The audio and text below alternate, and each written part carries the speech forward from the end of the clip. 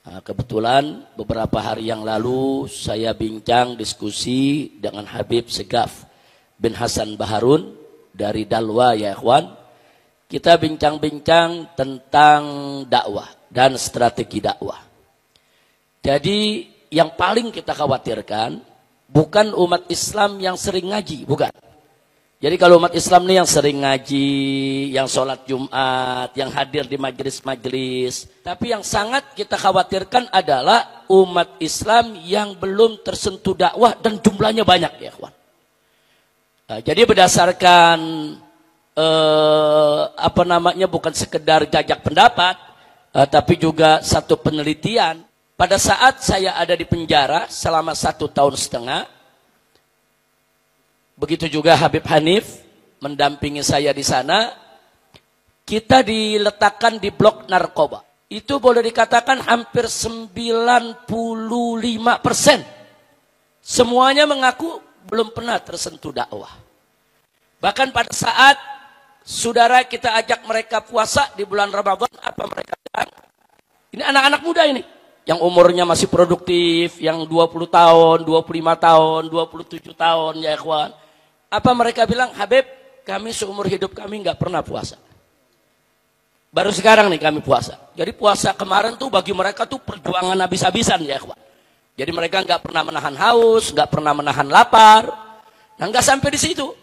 Apalagi sholat 5 waktu berjamaah. Jangankan 5 waktu berjamaah. Sholat 5 waktu sendiri aja nggak pernah.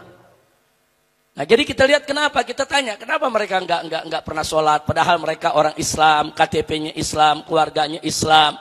Salah satu jawabannya karena nggak ada yang ngajak kami, Habib. Nah, ini jadi persoalan. Kami mau ke masjid malu, kami mau ke majelis malu, dan nggak ada yang ngajak kami. Nah akhirnya mereka bergaul di tengah masyarakat, bergaul dengan lingkungan.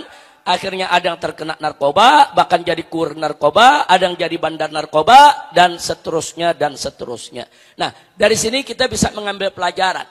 Alangkah indahnya kalau kita-kita nih semua yang sudah tersentuh pengajian, mau sama-sama berdakwah, mengajak mereka ya kawan. Nah, jadi jangan dakwah itu hanya dijadikan beban di tulang punggung para habaib dan para kiai. Tapi dakwah itu harus menjadi tanggung jawab kita semua. Nah, Anda berdakwah itu enggak mesti Anda hafal Quran, Anda hafal hadis, enggak. Anda berdakwah itu enggak mesti Anda menjadi ulama dulu, ngerti agama, baru berdakwah, enggak. Anda mengajak saja nih satu orang yang enggak pernah ke masjid, kita ajak ke masjid. Itu sudah dakwah yang luar biasa. Orang yang enggak pernah ngaji, kita ajak untuk dia ngaji. Itu sudah satu hal yang luar biasa, saudara. Bahkan memberi petunjuk kepada seseorang, saudara, itu lebih dahsyat, khairum min humrin ni'am, min humrin na'im. Jadi ini pahlanya begitu besar, saudara, luar biasa. Nah, karena itu saya mau ajak di sini ya, ikhwan. Yuk kita kasihani saudara-saudara kita yang belum tersentuh dakwah.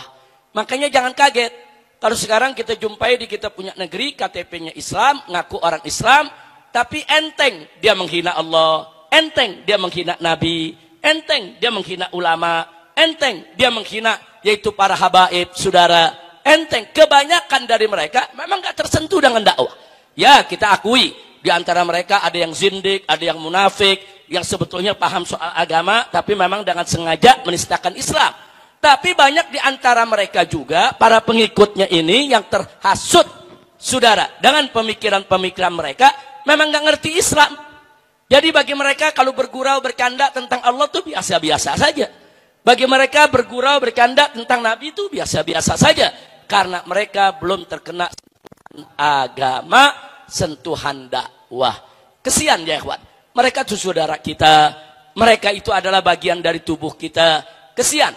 Bahkan saudara kadang-kadang ada yang bercerita. Di dalam blok narkoba sana cerita, Habib padahal saya punya adik rajin ke masjid.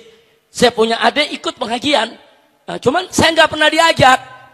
Nah, saya mau minta diajak malu. Nah, jadi perasaan-perasaan malu seperti itu masih ada menghinggapi mereka. Padahal mereka nggak mesti malu untuk hadir di majelis-majelis. Dan ada lagi yang punya keluhan, Habib saya pernah ke masjid. Tapi begitu ke masjid, orang-orang nggak mau deket saya. Loh kenapa? Badan saya penuh tato. Nah, jadi ada kadang-kadang dikibir. Sekali ke masjid dikibir, ya besok-besok saya nggak berani ke masjid lagi. Nah, hal-hal begini ini menjadi problem kita bersama ya ikhwan. Nah, karena itu dalam rangka saya berkali-kali menyerukan untuk yaitu melakukan revolusi akhlak. Ayo, salah satunya adalah mari kita jadikan revolusi akhlak ini sebagai gelombang ya ikhwan. Gelombang yang bisa yaitu kita menarik apa saja yang ada di depan dan di sekitar kita untuk ikut dalam gelombang revolusi akhlak ini ya ikhwan. Di antaranya yuk ajak kakak kita, adik kita, keponakan kita, kerabat kita yang nggak pernah ngaji ya ikhwan, yang nggak pernah sholat, nggak pernah zikir ya ikhwan, walaupun badannya penuh tato ya ikhwan, walaupun dia masih menenggak minuman keras, walaupun dia masih berbuat maksiat, itu nggak menghalangi mereka untuk ngaji. Ajak ngaji, ajak ngaji. Soal dia belum mau berhenti maksiat itu soal lain. Yang penting ajak ngaji dulu. Sebab kalau mereka sudah ngaji, mereka tersentuh dakwah, mereka tersentuh zikir, insya Allah nanti nenggak minuman kerasnya berhenti ya ikhwan. Nanti maksiatnya akan dijauh.